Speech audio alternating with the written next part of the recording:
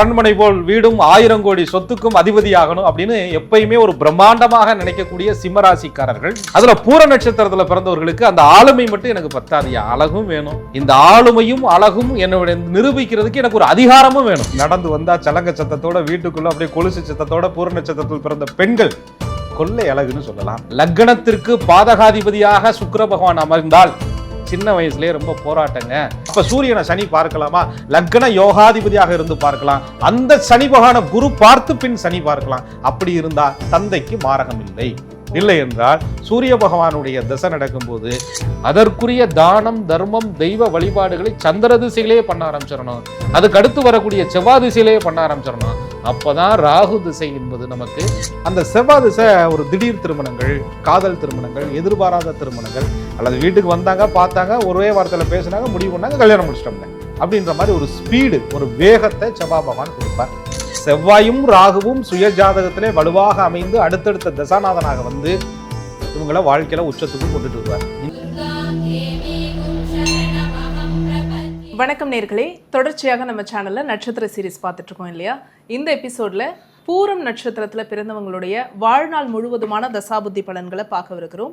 புலிப்பாணி சித்தர் வழி ஜோதிடர் திரு கோகுல கண்ணன் இவருடைய கணிப்புல பூரம் நட்சத்திரத்துல பிறந்த உங்களுடைய வாழ்நாள் முழுவதுமான தசாபுத்தி பலன்களை தெரிஞ்சுக்கலாமா? வாங்க. வணக்கம் சார். வணக்கம். குரு வாழ்க, குருவே துணை. பார்ட் 1 வீடியோவில் வந்து நம்ம பூரம் நட்சத்திரத்தில் பிறந்தவங்களுடைய குணாதிசயங்கள் ரொம்ப அழகாக சொல்லியிருந்தீங்க. இவர்களுடைய பிறப்பின் ரகசியம் என்ன அப்படிங்கிறதையும் பேசியிருந்தோம். இது பார்ட் 2 வாழ்நாள் முழுவதுமான தசாபுத்தி பலன்கள் பேசலாம் சார். நிச்சயம். அதாவது பூர நட்சத்திரம் என்பது சுக்கிர பகவானுடைய நட்சத்திரம்னு சொல்கிறோம். அதனுடைய 4 பாதங்களும் சிம்மராசியில் இருக்குதுன்னு எல்லாருக்கும் தெரியும். பூர நட்சத்திரத்தில் பிறந்தவர்களுக்கு குழப்பமே இருக்காது. நான் கடகராசியா கன்னி ராசியெல்லாம் இருக்காது. பூர நட்சத்திரத்தில் எந்த பாதத்தில் 1ஆம் பாதம் 2வது பாதம் 3வது பாதம் 4வது பாதத்தில் பிறந்திருந்தா இவங்க சிம்ம ராசிக்காரர்கள் அப்படின்னு சொல்லலாம். இன்னும் கொஞ்சம் கூடுதல் சிறப்பாக நம்மளுடைய லக்னம் என்ன அப்படின்னு தெரிஞ்சு வச்சுருந்தோம்னு வச்சுக்கோங்களேன். இப்போ மேஷ லக்னமா, ரிஷப லக்னமா, விருச்சகமா, 12 லக்னங்களில் அல்லது சிம்ம ராசி சிம்ம லக்னத்திலேயே பிறந்தோமா அப்படின்னு நம்ம தெரிந்து வைத்திருக்கும் பொழுது நம்ம சொல்லக்கூடிய இந்த பார்ட் 2 வீடியோவில் நடக்கக்கூடிய தசாபலன்கள் இவர்களுடைய வாழ்க்கையில் ஒத்துப்போவதும் இவங்க அந்த தசாபலன்களில் பயணப்பட்டவர்கள் அதை அனுபவித்த விஷயங்களை அவங்க அப்படியே அவங்களோட ஒருங்கிணைத்து பார்க்கும்போதும் தெள்ள தெளிவாக இந்த தசாபுத்தி பலன்கள் அவங்களுக்கு பயனுள்ள விஷயமா இருக்கும். அதில் இந்த பூர நட்சத்திரம் ஒரு அழகான சுக்கிர பகவானுடைய நட்சத்திரம். சுக்கிரன் இல்லைன்னா இன்னைக்கு லௌகிக சுகங்கள் யாரும் விரும்ப போகிறதே கிடையாது. என்னத்தையோ சமைச்சோம், சாப்பிட்டோம், தூங்கணும், உண்டோம், உறங்கணும், போனோன்ற மாதிரி இருக்கும். அந்த சுக்கிர பகவான் இருக்கிறதுனால தான் ஒரு அழகான வீடு வாங்கணும், ஒரு கார் வாங்கணும், அதில் லக்ஸரியான கார் வாங்கணும், பெருமைப்படும் அளவுக்கு வாழணும், பெரிய கௌரவத்தோடு இருக்கணும், ஸ்டேட்டஸோடு இருக்கணும், லிஃப்ட் வச்ச வீடு கட்டணும், வீடே பார்த்தீங்கன்னா ஒரு கிரவுண்டில் இருக்கணும், அதே போல் அரண்மனை போல் வீடும் 1000 கோடி சொத்துக்கும் அதிபதியாகணும் அப்படின்னு எப்பயுமே ஒரு பிரம்மாண்டமாக நினைக்கக்கூடிய சிம்மராசிக்காரர்கள். அதில் பூர நட்சத்திரத்தில் பிறந்தவர்களுக்கு அந்த ஆளுமை மட்டும் எனக்கு பத்தாதியா, அழகும் வேணும், சுக்கிரனுடைய அழகும் வேணும். அதே நேரத்தில் இந்த ஆளுமையும் அழகும் என்னோட நிரூபிக்கிறதுக்கு எனக்கு ஒரு அதிகாரமும் வேணும். நான் ஏதோ ஒரு பதவியில் வரணுங்க. அது எம்பியாக இருக்கலாம், எம்எல்ஏவாக இருக்கலாம். அதாவது அந்த பதவி கூட எடுத்தோடனே ஃபஸ்ட்டு எம்பி எம்எல்ஏலாம் கிடையாது. எடுத்தோடனே மினிஸ்டராகிறதுக்கு என்ன வழி, மத்திய அரசில் இடம் பெறுவதற்கு என்ன வழி, ஒரு ஆலோசகராக இடம் பெறுவதற்கு என்ன வழி, என்னை சுற்றி எல்லாரும் வந்து பேசுவதற்கு என்ன வழி அப்படின்னு சொல்லி தன்னை எப்பொழுதுமே ஒரு தலைமைத்துவமாக தம் குடும்பத்திலையும் சரி வீட்டிலையும் சரி நிரூபிப்பதற்கு கடுமையாக போராடக்கூடியவர்கள் பூர நட்சத்திரத்தில் பிறந்தவர்கள், சிம்ம ராசியில் பிறந்தவர்கள். அதில் ஒரு சில நண்பர்கள் என்ன சொல்கிறாங்கன்னா, அதெல்லாம் சரித்தேன், ஆனால் வாழ்க்கையில் அப்ளை பண்ணி பார்க்கும்போது ஏன்டா சிம்மராசியில் பிறந்தோம்னு இருக்கையா, அந்த அளவுக்கு பாடாத பாடுபட்டுக்கிட்டு இருக்கோம். ஒன்றும் இல்லை, நீ நாட்டுக்கு தலைவர்னு சொல்கிற, வீட்டுக்கே எங்களால் தலைவராக இருக்க முடியல, வீட்டுக்குள்ளே தலைகாட்ட முடியல, அவ்வளவு கடன் பிரச்சனை, எதிரி பிரச்சனை, வீட்டை சுற்றி எதிரி, வழக்கு, தொந்தரவு போன்ற இத்தனை விஷயங்களும் எங்களை சூழ்ந்து நடந்துக்கிட்டு இருக்கு அப்படின்னு சொன்னால் அதற்கு முழுக்க முழுக்க உங்கள் வாழ்நாள் முழுவதும் நீங்கள் பிறந்ததிலிருந்து ஜனனம் எடுத்ததிலிருந்து உங்கள் வாழ்க்கையில் நடக்கக்கூடிய நவக்கிரகங்களுடைய தசாபலன்களும் அதுக்குள்ளே நடக்கக்கூடிய புத்தியினுடைய பலனும் உங்களோட லக்னத்தை பொறுத்து அவங்க ஆங்காங்கிருந்து இயக்கக்கூடிய விஷயம். அதை வந்து ரமண மகரிஷியா அழகாக சொல்லியிருப்பார். அவனவன் செய்த வினை ஆங்காங்கிருந்து ஆட்டி வைக்கும், ஆதலின் அமைதியாக இரு. அந்த கிரகங்களுடைய கோள்களுடைய நேரங்காலம் வரும்போது அந்த வினைக்கு தகுந்த மாதிரி உன்னை ஆட்டி படைக்கும்யா அப்படிங்கிறதா ஞானிகளுடைய வாக்கு. ஆக அந்த நல்லது நமக்கு நடக்கக்கூடிய ஒரு காலமும் கெட்டது நமக்கு நடக்கக்கூடிய காலமும் நம்மளை சந்தோஷமாக வச்சுக்கக்கூடிய விஷயமும் நம்மளை சுற்றி நல்லவர்களெல்லாம் நம்மளோட சேரக்கூடிய விஷயமும் நல்லவனாக இருந்தவன் நாளைக்கு கெட்டவனாக மாறிட்டானே, எதிரியாக மாறிட்டானே, துரோகியாக மாறிட்டானே அப்படின்னு சொல்லி சிம்மராசிக்காரர்கள் மனம் கஷ்டப்படுவதற்கும் இவங்க வாழ்க்கையில் நடக்கக்கூடிய இந்த தசாபலனே முழுமையான வாழ்க்கையினுடைய ரகசியத்தை சொல்லும். பிறப்பின் ரகசியங்கிறது நம்ம இந்த நட்சத்திரத்தினுடைய சிறப்புகளை சொன்னோம். இந்த வாழ்க்கையினுடைய ரகசியங்கிறது தசாபுத்திக்குள்ளதான் இதனுடைய சூட்சமே அடங்கி இருக்கு. சரி சார், அப்போ இந்த பூர நட்சத்திரத்துல பிறந்தவங்களுக்கு என்னென்ன தசைலாம் நடக்கும்? பிறக்கும் பொழுது சுக்கிர மகாதிசையில பிறப்பாங்க. அந்த சுக்கிர தசையுமே ஒரு அளவு இருக்குங்க. அதாவது பாதம் 1வது பாதத்தில் பிறந்தா சுக்கிர மகாதிசை 20 வருடத்திற்கு. இதை எப்படி பார்த்துக்கலாம் அப்படின்னா, பிறப்பு ஜாதகத்துல ராசி நவாம்ச கட்டத்திற்கு கீழாக ஸ்ரீ சுக்கிர மகாதிசையினுடைய இருப்பு வருடம் 20க்கு அன்னையினுடைய கர்ப்பச்சல் நீக்கிய இருப்பு வருடம் போட்டு ஒரு 18 வருஷம் 7 மாசம் 13 நாள் இருக்கும், அல்லது 19 வருஷம் இருக்கும், அல்லது ஒரு 20 வருஷத்துல கொஞ்சம் கம்மியா இருக்கும்னு வச்சுக்கோங்களேன். மிச்ச காலம் பூரா எங்கேயா போச்சு அப்படின்னு கேட்டா அதுதான் பாதத்தை பொறுத்து மாறுபடும். இப்ப நான் 2வது பாதத்துல ஒருத்தர் பிறக்கிறாங்க, அந்த 20ல பாதி 15 16, 3வது பாதத்துல பிறக்கிறாங்க ஒரு 10 வருஷம், 4வது பாதத்துல பிறக்கிறாங்க 5 வருஷம் 2 வருஷம், அல்லது சில மாதங்கள் சில நாட்கள் வெறும் 3 நாள் தான் எனக்கு சுக்கிரதசை இருந்துச்சு அப்படின்னு சொல்ற மாதிரியான நிகழ்வுகள் இதெல்லாமே பார்த்தீங்கன்னா அந்த பாதத்தை பொறுத்து தான் இவர்களுக்கு அந்த தசாபலனுடைய அளவு என்பது உங்களுக்கு நடக்கும். அப்ப இவங்க பிறந்த வருஷம் மாசம் தேதி அதோட சேர்ந்து சுக்கிரதசை நமக்கு எந்த வயசு வரை நடக்குது, எந்த வயசு வரை நடந்துச்சு, அதுக்கப்புறம் நம்ம சொல்லக்கூடிய தசாபலன்கள்லாம் அப்படியே கூட்டிகிட்டே வந்தா இவங்க வாழ்க்கையில இப்ப என்ன தசாபலன்ல இருக்காங்க, இந்த தசாபலன்ல நம்ம சொல்லக்கூடிய பலன்கள் பரிகாரங்கள் இவர்களுக்கு எப்படி ஒத்துப்போகுது அப்படிங்கிறது தெளிவா தெரியும். இந்த பார்ட் 2 வீடியோவில் பலன்களை சொல்ல போறோம், பரிகாரங்கள் வழிபாடுகளை பார்ட் 3ல சொல்ல போறோம். ஆக இந்த இடத்துல இவர்களுக்கு சுக்கிர மகாதிசை ஒரு ஆவரேஜா ஒரு 10 வருஷம் வச்சுக்கிறோம். இங்கிட்டு வேணா 20 வருஷ திசையில ஒரு 10 ஆண்டுகள் இவர்களுக்கு சுக்கிர திசை நடக்குதுன்னா அடுத்து 16 வயது வரை சூரிய மகாதிசை 6 வருஷம், அதுக்கப்புறம் சந்திர மகாதிசை ஒரு 10 வருஷம் 26 வயசு வரை, அதுக்கப்புறம் ஒரு 7 வருஷம் செவ்வாய் மகாதிசை ஒரு 33 வயசு வரை, அதுக்கப்புறம் ராகு பகவானுடைய திசை ஒரு 18 வருஷம், அதுக்கப்புறம் குரு பகவானுடைய திசை ஒரு 16 வருஷம், அதுக்கப்புறம் சனி மகாதிசை 19 வருஷம். போதும் இது முடிகிறதுக்கே ஆயுள் முடிஞ்சு போயிருமே அப்படின்ற மாதிரி இந்த தசாபலன்களுடைய தொடர்பு சங்கிலி பிறவிதோறும் இவர்களுக்கு வந்துகிட்டே இருப்பதற்கு காரணம் ஒவ்வொரு திசையினுடைய அடுத்தடுத்த திசைகள்ல இவங்க சந்திக்கக்கூடிய இன்பம் துன்பம் பிறவி கர்மா அதனுடைய தொடர்பு இதுதான் இவர்களுக்கு நடக்கும். அப்ப சனி பகவானுக்கு அப்புறம் என்ன நடக்கும்? புதன் மகாதிசை ஆயிலை பொறுத்து 17 வருஷம், அதுக்கப்புறம் கேது மகாதிசை. அப்ப 120 வருடமும் ஒருவர் பூரணமாக வாழ்ந்தால் அத்துணை நவகிரக திசைகளையும் சந்திக்கலாம். இவர்களுடைய ஆயிலை பொறுத்து சில திசைகள் நடக்காமலும் போகலாம். ஆக சிம்மராசி பூர நட்சத்திரத்தில் பிறந்தவர்களுக்கு ஒரு மத்தியமமா ஒரு 10 வருஷம் சுக்கிர திசை நடக்குதுன்னா அதிலிருந்து இவர்களுடைய வாழ்க்கை பயணம் என்பது தொடங்க ஆரம்பிக்கும். இப்போ சுக்கிரதசைனா 20 ஆண்டுகள், நீங்க சொன்ன மாதிரி சுமார் ஒரு 10 வயது வரைக்கும் நடக்குது அப்படின்னு வச்சுப்போமே. நான் குட்டி சுக்கிரன் ஆகாது அப்படின்னு சொல்லுவாங்கல்ல, இவர்களுக்கு எப்படி இருக்கும்? நீங்க சொல்ற மாதிரி இது குட்டி சுக்கிரன் கூட கிடையாது. பூர நட்சத்திரத்தில் பிறந்தவர்கள் ரொம்ப சுட்டி சுக்கிரன்னு சொல்லலாம். அந்த அளவுக்கு இவங்க துருதுருன்னு இருப்பாங்க, ரொம்ப சேட்டையா இருப்பாங்க, ரொம்ப அழகா இருப்பாங்க. அது காரணம் சுக்கிரனுக்குரிய அந்த நறுமணம்னு சொல்றாங்க இல்லையா, அப்படியே குளிச்சு அப்படி பவுடர்லாம் போட்டு கண்ணு மையெல்லாம் வச்சு நடந்து வந்தா சலங்க சத்தத்தோட வீட்டுக்குள்ள அப்படியே கொலுசு சத்தத்தோட பூர நட்சத்திரத்தில் பிறந்த பெண்கள் கொள்ளை அழகுன்னு சொல்லலாம் அப்படின்னு சொல்லுவாங்க. ஆண்கள் அந்த சேட்டையிலேயே ஒரு அழகு இருக்கியா, அப்படியே கிருஷ்ண பரமாத்மா பண்ண சேட்டையில பாதி பண்ற மாதிரி இருக்கியா நீ பண்ற சேட்டை அப்படின்ற மாதிரி பூர நட்சத்திரத்தில் பிறந்தவர்களுடைய அந்த அழகு அது சுக்கிரன் கொடுக்குறார். அதுக்கப்புறம் அந்த சூரியனுடைய அமைப்பு இருக்கிறதுனால இவங்க பார்த்தீங்கன்னா அப்பா செல்லமாயிடுறாங்க. அப்படியே அப்பா செல்லம் மட்டும் இல்லை, பல தோள்கள் இவர்களுக்கு கிடைக்குது. அதாவது அந்த சுக்கிரனுடைய நட்சத்திரத்தில் பிறந்த நீங்க சொல்லது போல அந்த குட்டி சுட்டிகளுக்கு அப்பா காலையில் அப்படியே தோளில் வச்சிருந்து வேலைக்கு போகிற வரையும் அப்படியே கொஞ்சிட்டு விட்டுட்டு போவார்.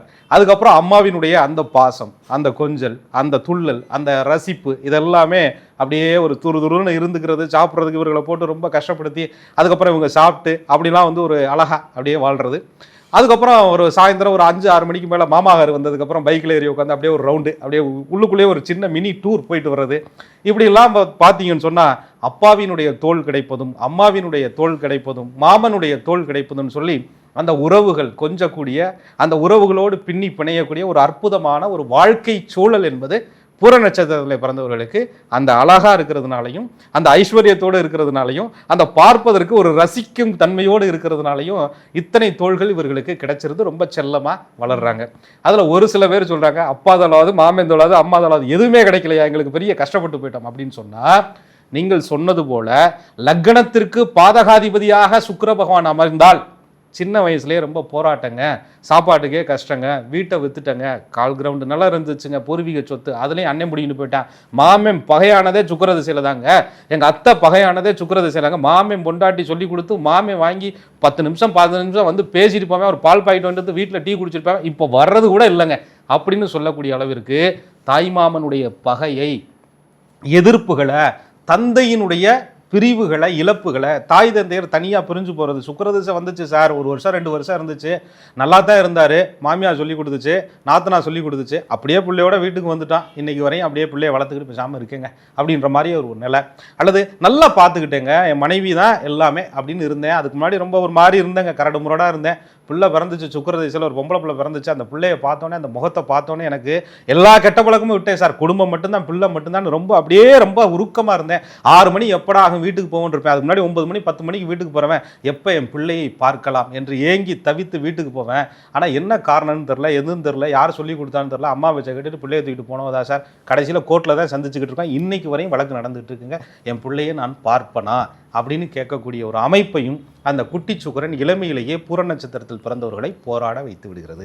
ஆக சுய ஜாதகத்திலே சுக்கிரன் இருக்கும் பொழுது அத்துணை தோள்களும், சுய ஜாதகத்திலே சுக்கிரன் எப்படி இருக்கும் பொழுது நல்லா இருக்கும் பொழுது, அதே நேரத்தில் சுய ஜாதகத்திலே சுக்கிர பகவான் பாதகமான நிலையில் இருக்கும்போது இவர்களுக்கு எல்லாமே ஒரு கிடைக்கலங்க, ஒரு பாசம் கிடைக்கல, நேசம் கிடைக்கல, உறவுகள் பிரிந்தோம், பொருளாதாரத்தை இழந்தோம், கெட்டி தங்கம் அப்படின்னு சொல்றாங்கல்ல, அப்படியே ஒரு குண்டுமணி தங்கம் கூட தங்கலைங்க அப்படின்ற மாதிரியான ஒரு மன வருத்தங்களையும் சுக்கிரதசை சந்தித்தவர்கள் பார்த்திருக்கிறாங்க. ஆக சுய ஜாதகத்துல சுக்கிரனுடைய நிலையை பொறுத்து தான் இவங்க செல்லமா வளர்வதும் அல்லது அந்த கஷ்டத்தை படுவதும் அந்த சுக்கிரன் தான் தீர்மானிப்பார். சரி சார், இவர்களுக்கு சுக்கிரன் ஜாதகத்துல எப்படி இருந்தா நல்லது, எப்படி இருந்தா கெட்டது? நிச்சயமா சுக்கிரன் 12 கட்டத்துக்குள்ள எங்களுக்கு இல்லாம இருந்தாலே நல்லதுயா அப்படின்ற மாதிரி இருக்கும். என்ன காரணம் கேட்டீங்கன்னா, அந்த அளவு சேட்டை நம்ம ஆளு ரொம்ப படுத்துவாங்க. அதுல ஒரு கருத்து இருக்குங்க ஜோதிடத்துல, அஸ்ரகுரு அணி லக்னங்கள்னு பிரிக்கிறாங்க. அதாவது எப்படின்னா, ரிஷப லக்னம், மிதுன லக்னம், கன்னி லக்னம், துலா லக்னம், மகர லக்னம், கும்ப லக்னம், இவங்கெல்லாம் ஒரு டீம். அவங்களுக்கெல்லாம் சுக்கிரன் வந்து ஆகோ ஓஹோ சூப்பர் நல்லா இருப்பார், அவருடைய தசை வந்தால் ஒரு யோகமாக இருக்கும், அதுவும் நல்லா இருந்தால் சுக்கிரன் நல்ல அமைப்புகளில் இருந்தால் இந்த லக்னங்களுக்கெல்லாம் யோகமாக இருக்கும் அப்படின்னு சொல்லக்கூடிய ஒரு கருத்து. மீனம், தனுசு, மேஷம், விருச்சகம், கடகம், சிம்மம் இதுக்கெல்லாம் சுக்கிரன் கொஞ்சம் ஆகாதவரியாக கொஞ்சம் அளந்து தான் கொடுப்பாரு, இந்த லக்னத்துக்கெல்லாம் கெடுத்து விட்டுருவார் அப்படின்ற மாதிரியான ஒரு அமைப்பு. ஆனால் இதில் ஒரு 2 ட்ரிக் என்ன இருக்குன்னா, சுக்கிரதசை உங்களுக்கு யோகமாக அமையட்டும், அதுக்கு தகுந்த மாதிரி லக்னம் அமையட்டும் நீங்கள் நினச்சிருப்பீங்க, அதற்கு அடுத்து வரக்கூடிய சூரியன், சந்திரன், செவ்வாய் பெரும்பான்மையான காலங்களை பாருங்களேன். சூரிய தசை ஒரு 6 வருஷம், சந்திரன் 10 வருஷம், செவ்வாய் 7 வருஷம், படிப்பு, திருமணம், எதிர்காலம் எல்லாத்தையும் ஃபிக்ஸ் பண்ணக்கூடிய ஒரு அமைப்புல இந்த 3 திசைகள் வரும்போது இந்த 3 திசைகளுக்கும் யோகமான லக்னமாக அமைந்தால் மட்டுமே சிறப்பு. சுக்கிரதசைக்கு மட்டும் ஒரு லக்னம் சாதகமா அமைஞ்சிருச்சு, எவ்வளவு வருஷம் வாழ்ந்துட போறோம், ஒரு 10 வருஷம் 5 வருஷம் இருக்குமா, அதுக்கப்புறம் முக்கியமான காலகட்டங்களில் வரும்போது அந்த தசாபலன்கள் கொஞ்சம் சிரமங்களே கொடுக்கும். என்கிட்ட கூட இப்போ டெலிவரிக்கு வந்து நேரம் குறித்து கொடுக்கும்போது, இப்போல்லாம் ஒரு பெர்மிஷன் கொடுத்துருக்காங்கல்ல, டாக்டர் வந்து நல்ல நேரம் பார்த்து குறிச்சிட்டு வாங்கன்னு சொன்னால் அந்த லக்கணம் எங்களுக்கு சாதகமாக அமையணும்னு கேட்கக்கூடிய தெளிவாக வர்றாங்க. ஆனால் இதில் ஒரு விஷயம் என்னன்னு கேட்டிங்கன்னா, அது கூட இறைவனால் நிர்ணயிக்கப்பட்டிருந்தால் மட்டுமே அந்த நேரத்தில் உங்களுக்கு எல்லா வாய்ப்புகளும் அமையும், எல்லா சூழ்நிலையும் அமையும், அந்த லக்கணத்தில் குழந்தை என்பது ஜனனம் எடுக்கும். ஆக இவங்களுக்கு வந்து மேக்சிமம் சுக்கிரதிசை ஓரளவு சின்ன வயசுலேயே கடந்து போகிறதுனால அதை ஒரு பெருசாக எடுத்துக்க வேண்டியதில்லை. ஃபேமிலி சில சிரமங்களை பட்டாலும் கூட சுக்கிரதிசைக்கு அடுத்து வரக்கூடிய சூரிய மகாதிசை நல்ல வாய்ப்புகளை உங்களுக்கு கொடுப்பதற்கான வாய்ப்பு இருக்கு. சரி, சுக்கிரதிசையில் ஆகோ ஓகன்னு அடிச்சு தூக்கி பயங்கரமா குழந்தை பிறந்து வீடு வாங்குறோம், வண்டி வாங்குறோம், வாகனம் வாங்குறோம், சொத்து வாங்குறோம், அடிச்சு பட்டைய கலப்புதியா அப்படின்னா அதற்கு அடுத்து வர சூரியன், சந்திரன், செவ்வாய் உங்களுக்கு சாதகமாக இருக்கிறதா என்பது சுய ஜாதகம் தான் தீர்மானிக்கும், அந்த லக்னம் தான் தீர்மானிக்கும். சுக்கிரனுக்கு யோகமாக ஒரு லக்னம் அமைந்து அடுத்து வரக்கூடிய சூரியனுக்கு அது நிச்சயம் பாதகமாகவே இருக்கும், சந்திரனுக்கு பாதகமாக இருக்கும். ஆனா இதுல ஒரு விதி என்னன்னு கேட்டீங்கன்னா, பாதகாதிபதி கெடுதலை கொடுக்கக்கூடிய எல்லோரும் பாதகம் பண்ண வேண்டிய அவசியம் இல்லை. சுய ஜாதகத்திலே பாதகாதிபதி கெட்டு இருந்தால், பாதிக்கப்பட்டு இருந்தால், பாவகிரகங்களுடைய தொடர்பில் இருந்தால், நீசம் அடைந்திருந்தால் பாதகாதிபதியும் ராஜயோகம் பண்ணுவார். ஆக ஒரு லக்னத்திற்கு அந்த கிரகங்கள் எந்நிலையில் இருக்கிறார்களோ அந்நிலையில் இருந்தே யோகம் தருவார்கள்ங்கிறத சுய ஜாதகம் தீர்மானிக்குது. பூர நட்சத்திரத்துல பிறந்தவங்க நீங்க சொன்ன மாதிரி சுக்கிரதசையில சுட்டியா வந்து வளர்ந்துருப்பாங்க. இப்போ அவர்களுக்கு படிப்புக்கான காலம் இல்லையா? இப்போ சூரிய மகாதசை அவர்களுக்கு எப்படி இருக்கும்? சூரிய மகாதிசை அப்படின்னாலே ராசியாதிபதி திசை, சிம்ம ராசிக்கு ராசிநாதனுடைய திசை. ராசியாதிபதி வந்தோடனே ஒரு அந்த வயசுலேயே வந்து ஒரு லீடராக இருக்கிறது, ஸ்கூலில் வகுப்பில் வந்து நல்லா படிப்பார்களோ படிக்கவில்லை என்றாலும் அந்த தலைமைத்துவ பண்புங்கிறது சிம்மராசிக்காரர்கள்ட்ட இருக்கிறதுனால வாத்தியார் கூப்பிட்டு, இப்போ நான் 10 நிமிஷம் வெளியில் போகிறேன், இங்கே வா, பேர் ஏதோ ஒன்று குமாரா ஜோதி, இங்கே வாப்பா இதை பார்த்துக்க, யாரும் பேசுனா போர்டு எழுதி வை அப்படின்னு சொல்லக்கூடிய ஒரு தன்மையை வந்து சிம்மராசிக்காரர்கள் இளமையிலேயே பெற்றவர்களாக இருப்பாங்க. அதுக்கப்புறம் இவங்களுக்கு சூரிய தசை நடக்கும்போது வீட்டில் இருக்கக்கூடிய பேரண்ட்ஸ் யாருக்காவது ஒருத்தருக்கு கவர்மெண்ட் ஜாப் ப்ரொமோஷன் இந்த மாதிரி விஷயங்கள்லாம் நடக்கும். அந்த அரசு வருமானங்கள் வருவதற்கான வாய்ப்புகள் இருக்கும். ரொம்ப காலமாக ஒரு கேஸ் வழக்கு நடந்துகிட்டு இருந்துச்சுங்க அப்படின்ற விஷயங்கள்லாம் இவர்களுக்கு மாறி நடக்கும். அதுக்கப்புறம் ஒரு விளையாட்டில் கூட ஒரு போட்டி பந்தயங்களில் கூட நம்ம வெற்றி பெறணும், ஒரு முதன்மையானவராக வரணும் அப்படின்ற ஒரு எண்ணம் இவர்களுக்கு எப்பொழுதுமே அந்த சூரிய பகவானுடைய தசை நடக்கும்போது அந்த முதன்மைக்காக போராடக்கூடிய ஒரு தன்மை சிம்மம் பூரத்திலே பிறந்தவர்களுக்கு இருக்கும். தன்னை நிரூபிக்க வேண்டிய ஒரு தருணம் இது, தான் யாருன்னு ப்ரூவ் பண்ணணும் அப்படின்னு சொல்லக்கூடிய ஒரு அமைப்பை, அந்த ஆளுமையை, அந்த அதிகாரத்துடன் கூடிய அந்த அழகு ஆளுமையை அந்த சூரிய மகாதிசை நடக்கும் பொழுது உள்ளுக்குள்ள வந்து உருவாகியிருக்கும். சின்ன வயசுல நீங்க என்ன ஆசைப்படுறீங்களோ, எதுவாக வேண்டும் என்று நினைக்கிறீர்களோ, அதாவது நினைப்புனா வெறும் கனவு கிடையாது, ஆழ் மனதில் நீங்கள் எதுவாக வேண்டும் என்று நினைக்கிறீர்களோ அதுவாகவே ஆவீர்கள்ங்கிறதான நம்ம கீதாசாரம் சொல்றது.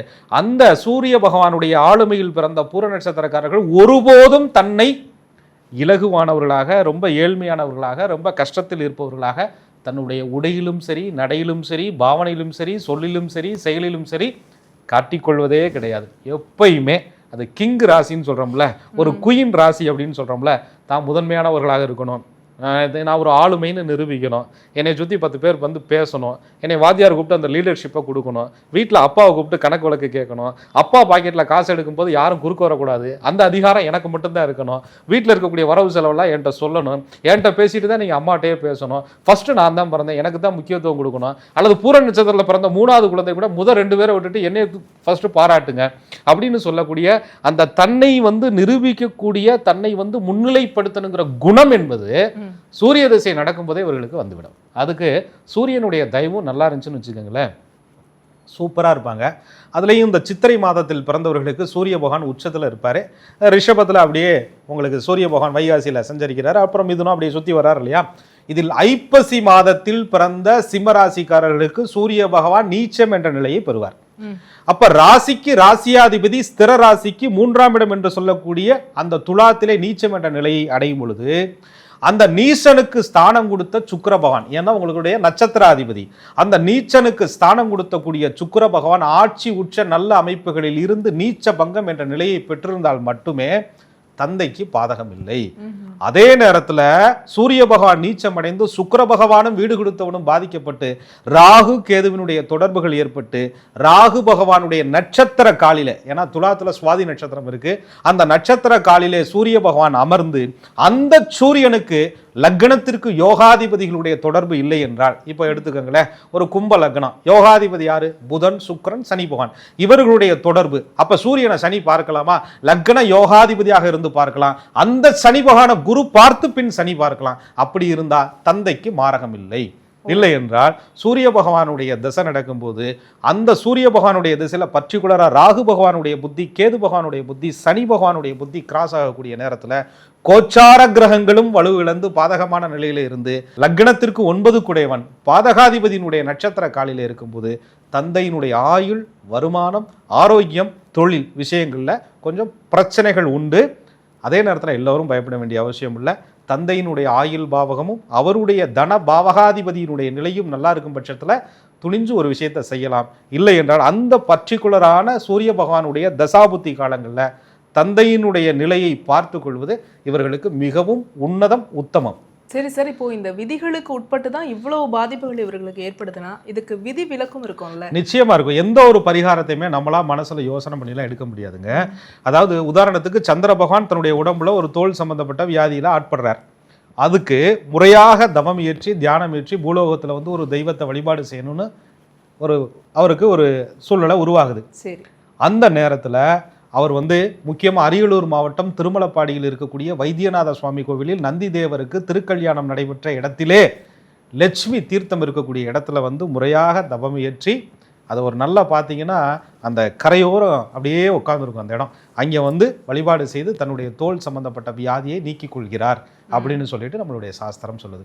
ஆக நவக்கிரகங்களுக்கே தனக்கு ஏற்படக்கூடிய தோஷங்களை நிவர்த்தி செய்வதற்கு பூலோகத்தில் இருக்கக்கூடிய பல ஆயிரம் ஆண்டுகளுக்கு உட்பட்ட சிவஸ்தலங்களுக்கும் வைணவ ஸ்தலங்களுக்கும் வந்து வழிபாடு செய்யணும்னு ஒரு விதி இருக்கும் பொழுது சாதாரண நமக்கு விதி இல்லாமல், அவர்களுடைய உதவி இல்லாமல், கருணை இல்லாமல் இருக்கவே இருக்காது.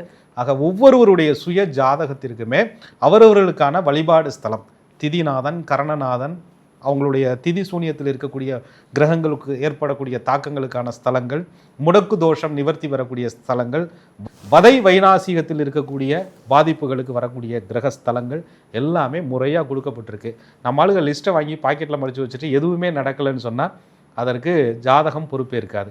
ஆக முறையாக அவர்களுக்கு உரிய தெய்வ அனுகூல நட்சத்திரம், ஏன்னா நட்சத்திரங்களை நாங்கள் தாராபலனாக பிரிக்கிறோம், 9 தாரைகளாக பிரித்து இவர்களுக்கு தெய்வ அனுகூலம் தரக்கூடிய நட்சத்திரம் எதுவோ அந்த நட்சத்திர நாளிலே பச்சி அரசு நேரத்தில் அந்த ஆலயத்தில் போய் முறையாக இத்தனை நாளிகை நீங்கள் இருக்கணும்னு சொன்னால் அத்தனை நாளிகை இருந்து வழிபட்டால் நிச்சயம் இதனுடைய பாதிப்புகளிலிருந்து வெளியில் வரலாம். அதுக்காக சொல்லப்பட்டது தான் இந்த சாஸ்திரமே. இந்த கோவிலை பற்றி சொல்லியிருக்கீங்க, இவர்களுக்கான பரிகாரமும் தெய்வ வழிபாடு சூட்சமங்களும் பார்ட் 3 வீடியோவில் நம்ம பேசலாம். நிச்சயமாக. இப்போ அடுத்து நீங்கள் ஸ்டார்டிங்லேயே சொல்லியிருந்தீங்க, இப்போ அடுத்ததாக சந்திர தசை 10 ஆண்டுகள் நடக்கும் இல்லையா? சுமார் இப்போ 16 வயது வரைக்கும் இப்போ சூரிய தசை நடக்குது, 26 வயசு வரைக்கும் சந்திர மகாதசை நடக்க இருக்கு. இந்த சந்திர தசை இவர்களுக்கு எப்படி இருக்கு? நிச்சயமான சுமார் அப்படின்னு தான் சொல்கிறோம் நம்ம. 16 வருஷம், எனக்கு சுக்கிர தசை ஒரு 18 வருஷம் இருந்துச்சியா அப்படின்னா 24 வயசு வரையும் உங்களுக்கு என்ன செய்யும்? சூரிய மகாதசை நடந்து முடிஞ்சிடும். அப்போ 24லேருந்து சந்திர தசை ஆரம்பிக்கும். எப்படி வச்சு பார்த்தாலும் 16ங்கிறதே ஒரு டீன் ஏஜ் தானே. அப்போ அந்த காலகட்டங்களில் ஒரு சந்திர திசை வருது. சுக்கிர திசை எனக்கு 5 வருஷம் தாயா இருந்துச்சு. சூரிய மகாதிசை உங்கள் கணக்குப்படி பார்த்தோம்னா ஒரு 11 வயசுலேயே முடிஞ்சு. அப்படின்னாலும் எப்படினாலும் அந்த 10 கிராஸ் பண்ணி நீங்கள் வந்துடுறீங்கன்னு வச்சுக்கோங்களேன், சந்திர மகாதிசைக்குள்ளே இருப்பீங்க. சந்திரன் அப்படின்னா மனசு அப்படின்னு அர்த்தம். நம்ம சிம்மத்துக்குள்ளே உட்காந்துருக்குது சந்திரன். ஏன்னா பூர நட்சத்திரத்தில் எந்த பாதத்தில் இருந்தாலும் நவாம்சத்தில் சந்திர பகவானுடைய நிலை என்பது 1ஆம் பாதம், 2ஆம் பாதம், 3ஆம் பாதம், 4ஆம் பாதத்தை பொறுத்து சில குணங்கள் மாறுபடும். ஆனால் அது இருக்கிற வீடு காலச்சக்கரத்தினுடைய 5வது வீடு பூர்வ புண்ணிய ஸ்தானம்னு சொல்லக்கூடிய சிம்மத்தில் உட்கார்ந்து இருக்குது. அந்த சிம்மத்தில் பூர்வ புண்ணிய ஸ்தானத்தில் அந்த சந்திரன் அமர்ந்திருக்கிறதுனால முழுமையாக பூர்வ ஜென்மத்தில் என்னெல்லாம் புண்ணியம் செய்தோமோ அது எல்லாத்தையும் அனுபவிச்சுப்படணும்ல. வாழ்க்கையில் வந்த வேலையை கரெக்டாக செஞ்சிடணும்யா அப்படின்னு சொல்லிட்டு அந்த தலைமைத்துவமாக இருந்த குணத்தை அப்படியே ட்ரீம் பண்ணுறது, அந்த கனவுகள் லட்சியங்களோட அதை வந்து என்ன செய்யறதுன்னா அடாப்ட் பண்ணிக்கிறது. நம்ம இப்படிலாம் யோசிச்சிருக்கோம், அதுக்கு தகுந்த மாதிரி நம்மளை மாற்றிக்கணும். நம்ம இப்படிலாம் சிந்திக்கிறோம், அதுக்கு தகுந்த மாதிரி நட்புகளை உருவாக்கணும். நம்ம இப்படிலாம் வந்து பிளான் போடுறோம், அந்த மாதிரி ஆளுகளை மட்டும் கூட வச்சுக்கணும். நம்மளை போட்டு இவங்கெல்லாம் ரொம்ப கேள்வி கேட்குறாங்க, இவங்கெல்லாம் ஒதுக்கி விட்டுறணும். நமக்கு இவங்கெல்லாம் கொஞ்சம் ஆதரவாக இருக்கிறாங்க, அவங்களை எப்படியா தக்க வச்சுக்கணும் இப்படின்னு சொல்லிட்டு மனசுக்குள்ள ஒரு மனக்கணக்கை போட்டு அதற்கான சூழ்நிலைகளையும் வாய்ப்புகளையும் சிம்மம் பூரத்திலே பிறந்தவர்கள் அழகாக உருவாக்கிடுவாங்க. அந்த சந்திர திசை நடக்கும் போதே அந்த வயசு கம்மியாக தான் இருக்கும், ஆனால் அவங்க செலக்ட் பண்ணுற நட்பு புறம் பார்த்தீங்கன்னா ரொம்ப பிரைட்டாக இருக்கும். சிம்மம் பூரத்தில் ஒருத்தர் ஏழ்மை நிலையில் பிறந்திருந்தாலும் கூட அவருடைய நண்பரை கேட்டான்னு சொன்னால் 4 காரு 4 வீடு வச்சிருக்கிறாரியா அப்படின்ற மாதிரி இருக்கும். அல்லது இவங்க ஏன்னா இவங்களுடைய பர்சனாலிட்டி அந்த ஒரு 2 யூனிஃபார்மாக இருந்தாலுங்க அப்படியே தேய்ச்சி அப்படியே அந்த கோடு படுற மாதிரி தான் போட்டுட்டு போடுறது. கொஞ்சமாக சாப்பாடு இருந்தாலும் அது ரொம்ப ருசியானதா அழகான ஒரு டிஃபன் பாக்ஸில் போட்டு எடுத்துகிட்டு போகிறது. எதையுமே தன்னுடைய எல்லா விஷயங்களையும் ஒரு அழகுக்கும் அது பார்ப்பவர்களுக்கு ஒரு பளிச்சுன்னு தெரியுங்கிற மாதிரியும் தன்னுடைய கௌரவம் நான் வச்சிருக்கிற பொருள்னால எக்காரணத்தை கொண்டு எனக்கு குறைஞ்சிடவே கூடாது, என்னுடைய நடை உடை பாவனையை வைத்து ஒருவர் ஏழ்மை என்று என்னை சொல்லிவிடவே கூடாது, வறுமையில் பிறந்திருந்தாலும் நான் பெருமையா வாழ போறேன், அதுக்கான எல்லா தகுதி என்னை தவிர வேற யாருக்கா இருக்கு அப்படின்ற ஒரு குணம் என்பது சந்திர திசை நடக்கும்போது இவர்களை மோட்டிவேட் பண்ணும். அதே நேரத்தில் சந்திரன் வீக்கா இருக்கிறாருன்னு வச்சுக்கோங்க, சிம்மத்தில் இருக்கும்போது எப்படியா வீக்கா இருப்பாரு, சிம்மத்தில் பவரா தானே இருப்பார் அப்படின்னா அவரோட இன்னொரு ஆள் வந்து உட்காந்துக்கிறார். யார் உட்கார்றா? சனி பகவான் உட்காந்துக்கிறாருன்னு வச்சுக்கோங்க. இந்த சனி பகவானுடைய கணக்குக்கு நீங்கள் பார்த்தீங்கன்னு சொன்னால் 2.5 வருஷத்துக்கு ஒருக்கா ஒரு கட்டத்தை விட்டு சனி பகவான் பயிற்சியாக போவார். அப்போ சிம்மத்தில் சனி உட்காந்துக்கிட்டு அந்த நேரத்தில் பூர நட்சத்திரத்தில் பிறந்தா கிட்டத்தட்ட சனி பகவான் நகர்றதுக்கு ரொம்ப நாள் ஆகும் இல்லையா? அப்போ அந்த இடத்துல ஒரு புணர்ப்பு தோஷம் அப்படின்ற தோஷம் ஏற்படும். இந்த ராசிக்குரிய பவர், ராசிக்குரிய எண்ணம் தீர்க்கமாக இருக்கும், ஆனால் வாய்ப்புகள் இல்லாமல் தடுமாற வைக்கும். எண்ணம் குறையாது, வாய்ப்புகள் குறைந்து விடும். வாய்ப்புகள் கிடைச்சாலும் அந்த வாய்ப்புகள் திட்டமிட்டபடி நடக்காமல் போய்விடும். நான் படிக்க போகணும்னு நினச்சேன் சார், படிக்க முடியல. ஒரு வேலை தொழில் பண்ணணும்னு நினச்சேன், தொழில் பண்ண முடியல. ஒரு வேலையில் போயிருந்தேன், அங்கே உள்ள எனக்கு சில சூழ்நிலைகள் ஒத்து வரல. வெளிநாடு போகலான்னு நினைக்கிறேன், நடக்கலை. எல்லா விஷயத்துலையுமே ஒரு தடைகள் வந்துகிட்டு இருக்கு. அப்படின்னா சனி பகவானுடைய பார்வை பலன் உங்கள் ராசி மேலே பாதகமாக இருந்து பட்டு கொண்டு இருக்கிறதுன்னு அர்த்தம். அல்லது உங்க ராசிக்கு முயற்சி ஸ்தானாதிபதினு சொல்லக்கூடிய சுக்கிர பகவானுடைய நட்சத்திரத்திலே நீங்கள் பிறந்திருந்தாலும், துலாத்துக்கு சுக்கிர பகவான் ஆதிக்க கிரகம், எப்படியாவது தொழில் பண்ணி பெரிய வருமானங்களை சந்திச்சிடணும், பெரிய ஆள் ஆகிப்படணும் இப்படிங்கிற எண்ணம் எல்லாம் இவர்களுக்கு இருந்திருந்தாலும் கூட அந்த வாய்ப்புகளை எல்லாம் எப்படி கேட்டு போட்டு முடக்கி விடுறது, பெருமையாவா வாழ்ற உன்னை இரு நான் அந்த பார்க்குறேன் அப்படின்ற மாதிரி சனி பகவான், ராகுவான், கேதுவான் இவர்களை வந்து முடக்கடி பண்ணுவாங்க. ஏன்னு சொன்னா சிம்மராசிக்கு ஆதிபத்திய கிரகமான சூரிய பகவான் ராகுக்கு பிடிப்பதில்லை, கேதுவுக்கு பிடிப்பதில்லை, சனி பகவானுக்கு பிடிப்பதில்லை. ராசியை பிடித்து கொண்டு இவர்களுக்கு பிடித்தமான விஷயங்களை எல்லாம் கிடைக்க விடாமல் பண்ணுவதற்கு என்னெல்லாம் வழி இருக்குதோ அத்தனையும் இவர்கள் அங்கங்கே உட்கார்ந்து அந்த வினைக்கு தகுந்த மாதிரி இவர்களை ஆட்டி படைப்பார்கள். ஏன்னு சொன்னால் இந்த ராகு பகவானுடைய திசையையும் இவர்கள் சந்திக்க வேண்டிய காலம் இவர்கள் கட்டத்தில் இருக்குது. அப்போ ராகு பகவான் எங்கே இருக்கிறார், எப்படி இருக்கிறாருங்கிறத பொறுத்து தான் மனக்கோட்டையினுடைய கனவு என்பது இவர்களுக்கு பலிதமாகும். மனதில் நினைக்கக்கூடிய ஆழ்மன எண்ணங்கள் ஈடேறும். ஆழ்மன எண்ணங்கள் ஈடேறாம போயிடாது. அந்த எண்ணம் ஈடேறுவதற்கே ஏற்படக்கூடிய தடைகளை இந்த கிரகங்கள் உருவாக்கும். அதற்குரிய தானம், தர்மம், தெய்வ வழிபாடுகளை சந்திர திசையிலேயே பண்ண ஆரம்பிச்சிடணும். அதுக்கு அடுத்து வரக்கூடிய செவ்வாய் திசையிலேயே பண்ண ஆரம்பிச்சிடணும். அப்போதான் ராகு திசை என்பது நமக்கு சாதகமாக அமையும். ஏன்னா நீங்கள் இங்கெல்லாம் என்ன பண்ணுறீங்களோ இதை அப்படியே எடுத்துகிட்டு வந்து ராகு பிரதிபலிக்கிறதும், முன்ஜென்ம வினையில் என்ன செய்தீர்களோ அதை அப்படியே ராகு பிரதிபலிக்கிறதுமா, அங்கே கட்டத்துக்குள்ளே ஏதோ ஒரு இடத்துல ஒரு நட்சத்திரத்தில் ஒரு கிரகங்களுடைய தாக்கங்களோட பார்வையோடு அப்படியே கம்முன்னு உட்காந்துருப்பார். இந்த பாம்புகளை பொறுத்தவரை மட்டுங்க, ராகுங்கிறது கரும்பாம்புன்னு சொல்கிறான், கேதுங்கிறது செம்பாம்புன்னு சொல்கிறான். எனக்கான வாய்ப்பு வரட்டும், எனக்கான ரோல் வரட்டும், அப்போ பிடிச்சிக்கிறேன் ஐயான்னு சொல்லிட்டு கம்முன்னு இருந்து தன்னுடைய திசை வரும்போது அப்படியே அந்த ஜாதகனுடைய வாழ்க்கையை தலைகீழான மாற்றமாக, சாதாரண நிலையில் இருக்கிறவர்களை கோடீஸ்வரனாகவும் மாற்ற முடியும், நல்ல ஒரு அமைப்புகளையும் கொடுக்க முடியும். சந்தோஷங்கிறது கோடியில் இல்லையா, என்னை சூழ்ந்து எல்லாரும் நல்லா இருக்காங்கய்யா அப்படின்ற நிம்மதியை ராகு நினைத்தால் கெடுக்கவும் முடியும். ஆக அந்த ராகு திசையினுடைய பலன்களை நீங்கள் வந்து அனுபவிக்கணும் யோகமான்னு சொன்னால், ராகு சுயஜாதத்தில் எங்கே இருக்கிறாருங்கிறது ரொம்ப முக்கியம். சூரியன், சந்திரன், செவ்வாய் திசையில் நீங்கள் செய்யக்கூடிய உங்கள் சுய ஜாதகத்துக்கு தகுந்த தான தர்மங்கிறது ரொம்ப முக்கியம். அதை வச்சு தான் நீங்கள் ராகு திசையை மத்தியம வயதில் நீங்கள் ஃபேஸ் பண்ண போகிறீங்க அப்படிங்கிறதா இதனுடைய நோக்கம். இந்த சந்திர தசையில் பூரம் நட்சத்திரத்தில் இருக்கிறவங்களுக்குடைய அந்த மன ஓட்டம், அதே மாதிரி கற்பனைலாம் வந்து நிஜமாக நடக்கணும், இதெல்லாம் நல்லபடியாக நடக்கணும்னா நீங்கள் சொன்ன மாதிரி இந்த புண்ணியத்தை சேர்த்துக்கணும், முறையான வழிபாடெல்லாம் செய்யணும் அப்படின்னு சொல்லியிருக்கீங்க. சுமார் ஒரு 26 வயது வரைக்கும் இருக்குது. இதுக்கப்புறம் தான் முக்கியமான டெசிஷன்ஸ்லாம் எடுக்கணும் வாழ்க்கையில். வந்து நம்ம திருமணம், அதே மாதிரி வேலை இல்லையா, அடுத்த லெவல் ப்ரொமோஷன்ஸ் என்ன, ஹைக் என்ன, இதை பற்றி ஓடிட்டுருப்பாங்க. 40க்குள்ளே லைஃப்பில் செட்டில் ஆகணுன்ற ஓட்டம் இந்த 26 தான் தொடங்குது. அடுத்ததாக நடக்கவிருக்கிற இந்த செவ்வாய் திசை, செவ்வாய் வந்து இவர்களுக்கு எப்படி இருப்பார்? நிச்சயம். அதாவதுங்க, நீங்கள் கேட்ட மாதிரி செட்டில் ஆகிடணும் அப்படின்னு நினைக்கிறாங்கல்ல, இந்த செட்டில் ஆகிறத வந்து சிம்மராசி வந்து ஏதோ ஒரு வீடு வாங்கினேன், ஒரு வண்டி வாங்கினேன், ஏதோ ஒரு வேலையில் இருக்கேன், அந்த இதெல்லாம் எங்களுக்கு பத்தாதியா அப்படின்ற மாதிரியான ஒரு குணத்தோடு எப்பயுமே இருப்பாங்க. ஒரு சாதாரண வேலையில் இருக்கிறேன்னா நான் அதனுடைய உச்சத்தை தொடணும். ஒரு வாகனம் வச்சுருக்கிறேன்னா எது பிராண்டோ அதை நான் வாங்கணும்.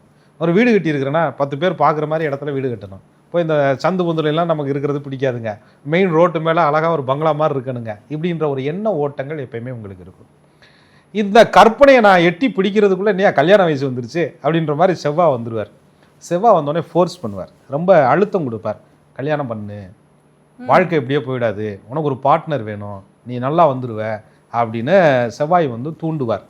அதில் இந்த செவ்வாய் பகவான் போய் எங்கேயாவது சுக்கிரனோட சேர்ந்து உட்காந்துக்கிட்டாருன்னா, அந்த ஏற்கனவே இவங்க வந்து சுக்கிரனுடைய நட்சத்திரமாக இருக்கனால பார்ப்பதற்கு ஒரு பளிச்சுன்னு இருப்பாங்க.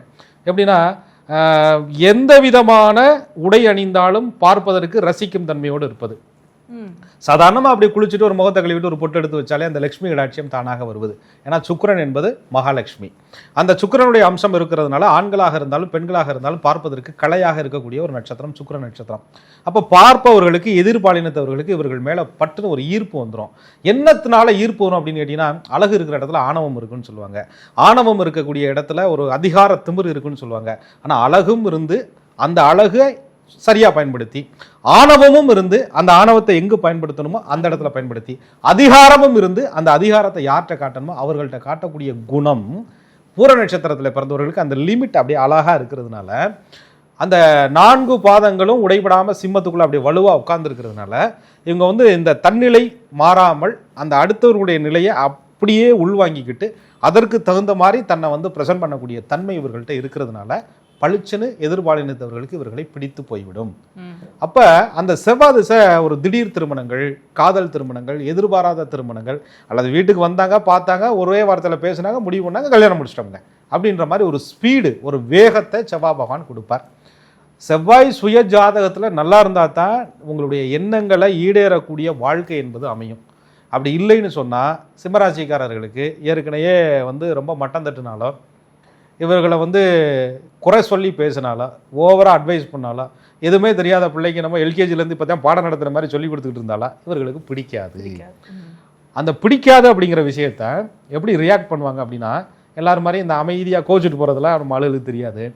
அந்த பேசாமல் 10 நாளைக்கு இருக்கிறதெல்லாம் பிடிக்காது. ஏன் தம்பிங்க வா, பாப்பா இங்கே வா, உன் டார்ச்சர் எனக்கு பெரும் டார்ச்சராக இருக்குது, இதோட முடிச்சுக்க, உனக்கு நமக்கு உன் ஜங்காத்தமே வேணாம்யா அப்படின்னு மூஞ்சிக்கு நேராக சிம்மம் பூரத்திலே பிறந்தவர்கள் ஒருத்தரை ஒதுக்கி வைத்து விடுவார்கள். கூடுமானவரை சமாளித்து அப்படியே பஸ்ஸில் வந்து 4 சீட்டுக்கு இடையில மாட்டின டயர் மாதிரி அப்படியே உட்காந்து போகிற மாதிரிலாம் இவங்களால அட்ஜஸ்ட்மெண்ட்டே முடியாதுங்க. முடியாதுன்னா முடியாது அப்படின்ற ஒரு குணம் இவர்களுக்கு பளிச்சுன்னு இருக்கிறதுனால அந்த வாழ்க்கை துணை விஷயத்தில் அப்படியே கலண்டுட்டு வர்ற மாதிரி ஒரு சூழ்நிலையும் உருவாகும். அல்லது எப்படியே வழக்குக்கு போட்டு ஏதாவது ஒன்று பண்ணி இதுலேருந்து வெளியில் வந்துடலாம்யா அப்படின்ற மாதிரி இருக்கும். செவ்வாய் நல்லா இருப்பவர்களுக்கு அந்த வாழ்க்கை நல்லாவும் போயிட்டு இருக்கும். வெளிநாடு போயிடலாம், அடுத்து நமக்கு ஒரு ராகு திசை வரப்போகுதுன்னு சொன்னேன் இல்லையா, இது இந்த செவ்வாய்க்கு அடுத்து அவர் தான் வருவார். 18 வருஷம் ராகு பகவானுடைய திசை உள்ள வந்து உட்காருவார். அவர் வரும்போது இவங்களுடைய அந்த கற்பனையெல்லாம் நம்ம ஊருக்கு இதெல்லாம் ஆகாது, நம்ம வண்டி எங்கேயெல்லாம் ஓட்ட முடியாது, நம்ம இருக்க வேண்டிய இடம் வேற, தாய்நாட்டு பற்று இருக்கலாம், ஆனால் நம்ம இங்கே வாழ்றதுக்கு தகுதியெல்லாம் இங்கே கிடையாது, இங்கே எவனுக்கும் கிடையாது, நம்ம இவங்களோடலாம் சேர்ந்து ட்ராவல் பண்ண முடியாது, சொந்த பந்தம்லாம் தள்ளி நின்று என்னன்னா விசேஷத்துக்கு வருவோம் போவோம் அவ்வளோதான், உங்கள் சங்காத்தமே எங்களுக்கு வேணாம்டா அப்படின்ற மாதிரி ஒரு குணம் இவர்களுக்கு வந்து ஒரு சூழ்நிலை இவர்களுக்கு அமைந்து இவங்க வந்து அந்த திசையில் எப்படியாவது வெளியில் போயிடணும், வெளி மாநிலம் போயிடணும், ஒரு அசட்டு ப்ராப்பர்ட்டி சொத்தெல்லாம் உருவாக்கிக்கிட்டு பெரிய புகழோடு இங்கே வரணும், நம்மளை வந்து சாதாரண ஆளாலாம் இங்கே நினைக்கவே கூடாது, இவங்கள விட 10 மடங்கு நம்ம மேலே இருந்து எட்டி பார்க்கணும், நமக்கு காகம் போன்று பறப்பது பிடிக்காது, கருடன் போன்று பறக்க வேண்டும் என்ற எண்ணம் பூர நட்சத்திரத்தில் பிறந்தவர்களுக்கு இருப்பதனால செவ்வாயும் ராகுவும் சுய ஜாதகத்திலே வலுவாக அமைந்து அடுத்தடுத்த தசாநாதனாக வந்து இவங்கள வாழ்க்கையில உச்சத்துக்கும் கொண்டுட்டு வருவார். இந்த 2 இடத்துல கொஞ்சம் கோட்டை விட்டுட்டா காக மாதிரி கூட பறக்க முடியாது, எந்தத்துலேயே ஒன்றில் மாட்டின மாதிரி ஊரை விட்டு போக முடியாத அந்த விட்டில் பூச்சி மாதிரி வாழ்க்கை, ஒரு நாள் ஆசை மறுநாள் இல்லையா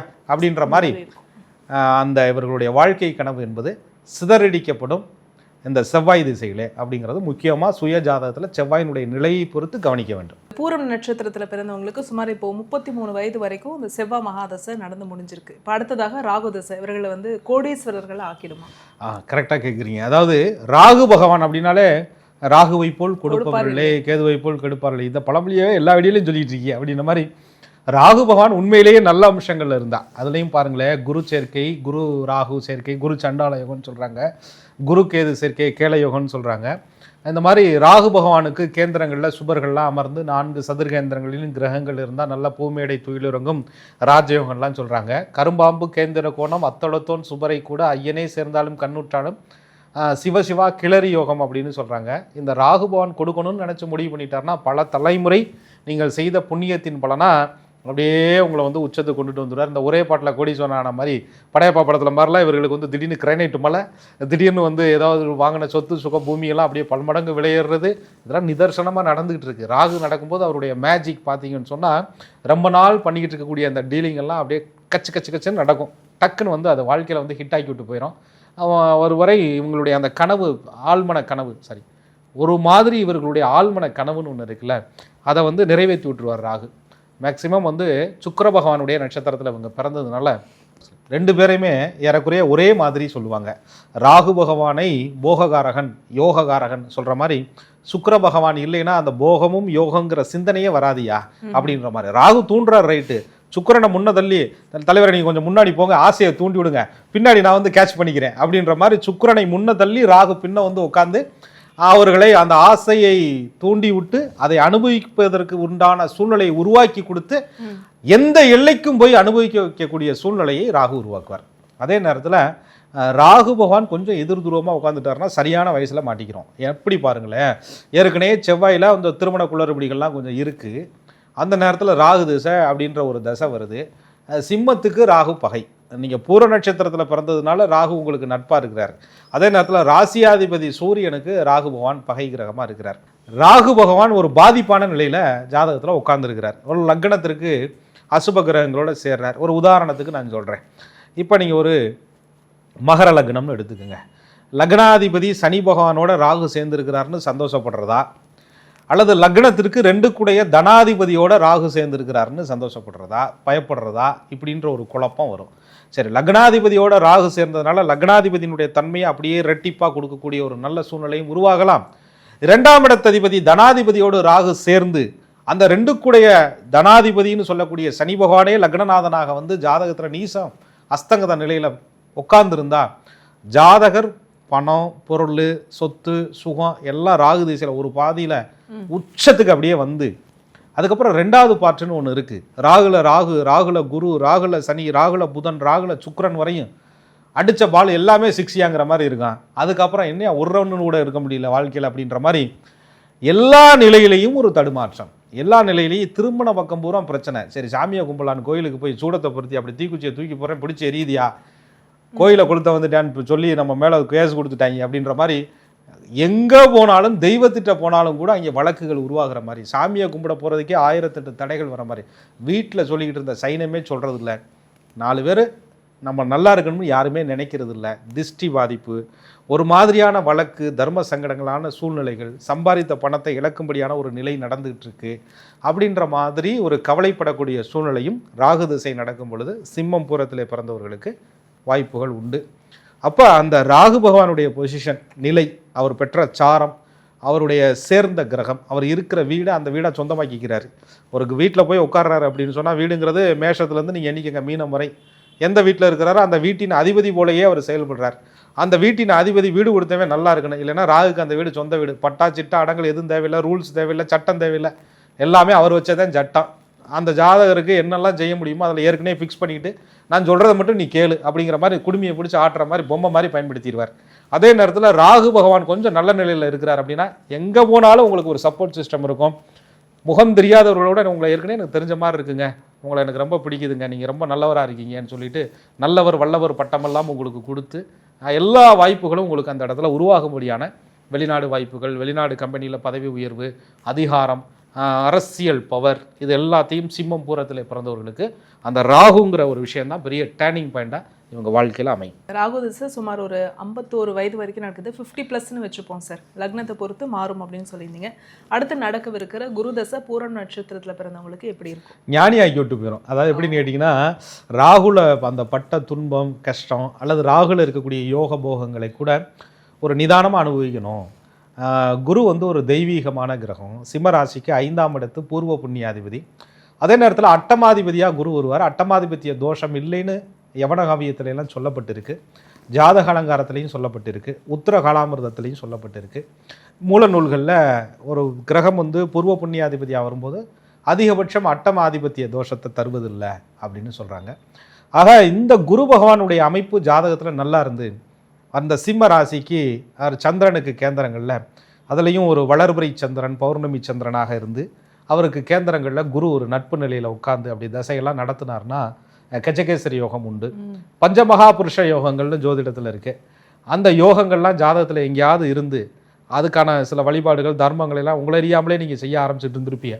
அப்போலாம் நடக்கும்போது அந்த தசை வரும்போது நம்பர் 1 பணக்காரர், பெரிய பெரிய மனிதர், இவர் இருந்தால் தான் இங்கே எல்லாமே நடக்கும், அவர் வரட்டும், அவர் சொல்லட்டும், அவர் செய்யட்டும், இவருக்காக காத்திருப்போம் அப்படின்னு உறவுகளில் இருந்து எல்லாருமே எதிர்பார்க்கக்கூடிய ஒரு பிரம்மாண்ட வளர்ச்சியை நீங்கள் குரு திசையில் சந்திப்பீங்க. குரு நல்லா இருக்கும் பட்சத்தில், நல்லா இல்லை அப்படின்னு சொன்னால் சுயஜாதத்தில் நல்லா இல்லைங்கிறது என்ன அர்த்தம்? தெய்வமே கைவிட்டுருச்சு, பெத்த பிள்ளை பார்த்துக்கல, பெரிய காசை இழந்துட்டோம், கடனாளியாக மாறிட்டோம், வாக்குக்கு என்னை வந்து நான் எப்போ வருவேன்னு எதிர்பார்த்த சொந்தம் ஏன்டா வர்றாங்கிற மாதிரி இருக்குது, ஃபோன் எடுத்து பேசினாலே கடன் கேட்டுருவானானுங்கிற மாதிரி யோசிக்கிறாங்க. நான் சிம்மம் பூரத்தில் பிறந்ததுனால தன்மானத்தை இழந்து யார்ட்டையும் போய் தரம் கட்டு பேசுவதற்கு எனக்கு பிடிக்கலை, அதனால் வாழவும் பிடிக்கலை, இருக்கவும் பிடிக்கலை, குழந்தையும் பார்த்துக்கல, குழந்தைக்கு படிக்கவும் வைக்க முடியல, குழந்தை சம்மந்தப்பட்ட விஷயங்களும் நல்லா இல்லை அப்படின்ற மாதிரி அந்த குடும்பம், குழந்தை, பணம், காசு, பெரிய மனிதத்தன்மை, இதை வச்சே அந்த குரு வந்து சில திரட்டனை கொடுப்பாரு. அதுலேயும் அந்த வயதில் குரு கொடுக்கக்கூடிய சில வியாதிகள், கேஸ்ட்ரிக் பிரச்சனை, இதயம் சம்மந்தப்பட்ட பிரச்சனை, அதே மாதிரி குழந்தைகள் நல்ல வாழ்க்கையை அனுபவிக்கலை, குழந்தைகளுக்கு நல்ல வாழ்க்கை அமையலை, அவங்களுக்கு ஒரு நல்ல வாழ்க்கையை நம்ம அமைச்சு கொடுக்க முடியல, ராகுல நல்லா சம்பாதித்தோம் ஆனால் செகண்ட் பார்ட்டி இப்படி இருக்குன்னு யாரும் சொல்லலை, அது கொண்டு போய் எங்கேயோ ஒரு இடத்துல நம்மளை தள்ளிருச்சு, அப்போ நம்மளை பிள்ளைகளை நல்லபடியாக வளர்த்துட்டோம் ஆனால் இன்றைக்கி எதுவும் செய்ய முடியல அப்படின்ற மாதிரியான ஒரு ஏக்கம் கவலையையும் குரு கொடுப்பார். அந்த குரு நின்ற நட்சத்திரத்தை ரொம்ப கவனமாக பார்த்துக்கணும். குரு பகவான் உதாரணத்துக்கு இப்போ ஒரு மேஷ ராசியில் இருக்கிறாருன்னா ஒரு 3 நட்சத்திரத்துக்குள்ளே தான் அவரால் இருக்க முடியும். அஸ்வினி 4 பாதத்துக்குள்ளே, பரணி 4 பாதத்துக்குள்ளே அல்லது கார்த்திகை பாதத்தில் 1ஆம் பாதத்தில் இருப்பார். அப்போ அந்த சாரநாதன் எங்கே இருக்கிறாருங்கிறது சுய ஜாதகத்தில் தீர்மானிக்கும். அந்த நட்சத்திரநாதனுடைய வலு இவர்களுக்கு சரியான வழிபாட்டு ஸ்தலங்களை சொல்லும். அப்போ இவர்களுக்கு அந்த குருவினுடைய ஸ்தலங்களில் திட்டை குருவா, ஆலங்குடி குருவா, பட்டமங்கலம் குருவா, அல்லது உங்களுக்கு தெரிந்த இஷ்ட மகான்களா, சித்தர்களுடைய ஜீவ சமாதிகளா, இதெல்லாம் வந்து பெரிய மாற்றங்களை கொடுக்கும். அந்த நேரத்தில் தான் அவங்க சொல்லுவாங்க, நான் ஒரு ஜீவ சமாதி போயிட்டே இருந்தேன் சார், வியாழக்கிழமை ஒருத்தர் சொன்னார், நீங்கள் அவர்கிட்ட போய் கசவனம்பட்டியார்கிட்ட போய் 2 தீபம் போடுங்க, உங்கள் வாழ்க்கை நல்லா இருக்குன்னு சொன்னார். அன்றைக்கி போக ஆரம்பித்தேன். ஜாதக நோட்லாம் எடுக்கிறதே இல்லைங்க, அதெல்லாம் பார்க்குறதே கிடையாது. அஷ்டம ஜனியாது, 7.5 ஜனியாது, எனக்கு எல்லாம் அவர் தான், என் குரு தான், என் குருவே சமர்ப்பணம், என் குருவினுடைய பொற்பாதமே என்னுடைய வாழ்க்கை அப்படின்னு சொல்லி சரணாகதி அடைந்து அந்த குருனால ஒரு குரு அப்படியே டியூன் பண்ணி அந்த வாழ்க்கை ஸ்டைலையே மாற்றின சிம்ம பூர நட்சத்திரக்காரர்களே நம்ம பார்க்குறோம். திருவண்ணாமலை அப்படியே கிரிவலம் போகிறது, ரமண மகரிஷி ஆசிரமம் போகிறது, விசிறிசாமியார் ஆசிரமம் போகிறது, அங்கே போய் தன்னுடைய குறைகளை சொல்லுவது, அங்கே போய் வருந்துவது, பேசுவது, 4 பேர் மனுஷங்கள்கிட்ட சொல்கிறத விட தெய்வத்திட்ட சொல்லிட்டு போயிடலாம் அப்படின்னு சொல்லி குரு பாதத்தை பிடித்துக் கொள்வது சிம்மம் பூரத்திற்கு மிகவும் பிடித்தமான விஷயமாக இருப்பதால் குரு சரியான நிலையில் அமைந்தாலும் அமையவில்லை என்றாலும் சுய ஜாதகத்தின் அடிப்படையில் ஒரு குரு உங்களை தேர்வு செய்யும் பொழுது அல்லது அந்த குருவை நோக்கி நீங்கள் பயணப்படும் பொழுது குரு திசை அற்புதமானதாக, அழகானதாக, சுயநலம் இல்லாத பொதுநல வாழ்க்கை உள்ளதாக உங்களுக்கு நிச்சயமாக அமையும். குரு தசை சொல்லிட்டோம். அடுத்ததாக சனி தசை அவர்களுக்கு 19 ஆண்டுகள் முதுமையில் வருது, கிட்டத்தட்ட ஒரு 65 வயதுக்கு மேலே வருது. எப்படி இருக்கும் சார்? சனி பகவான் அவரே முதுமைக்கு காரகருங்க.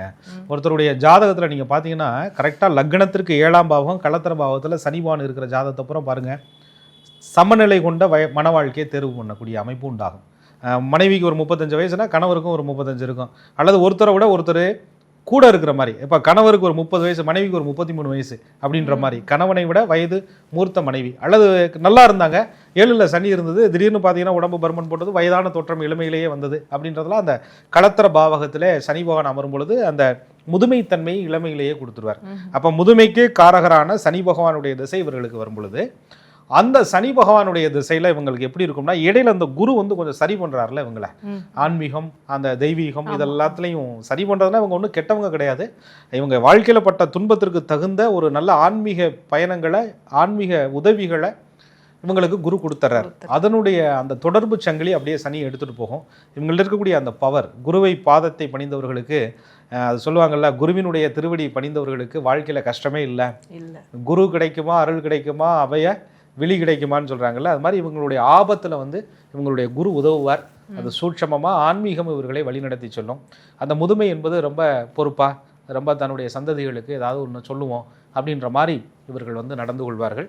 சனி பகவான் கொஞ்சம் பாதிப்பாக இருக்கும்போது திடீர் விபத்துகள், சும்மா இருந்த சார் பாத்ரூமில் வலிக்கு விழுந்தேன், பிளேட் வச்சுருக்கு, பட்டகால்லே பட்டுக்கிட்டே இருக்குது, சும்மா நடந்து போனேன், காரில் யார் வரான்னு எட்டி பார்த்தேன், விபத்தாகி போச்சு அப்படின்ற மாதிரி இவர்கள் எதிர்பாராத விஷயங்கள் எல்லாம்.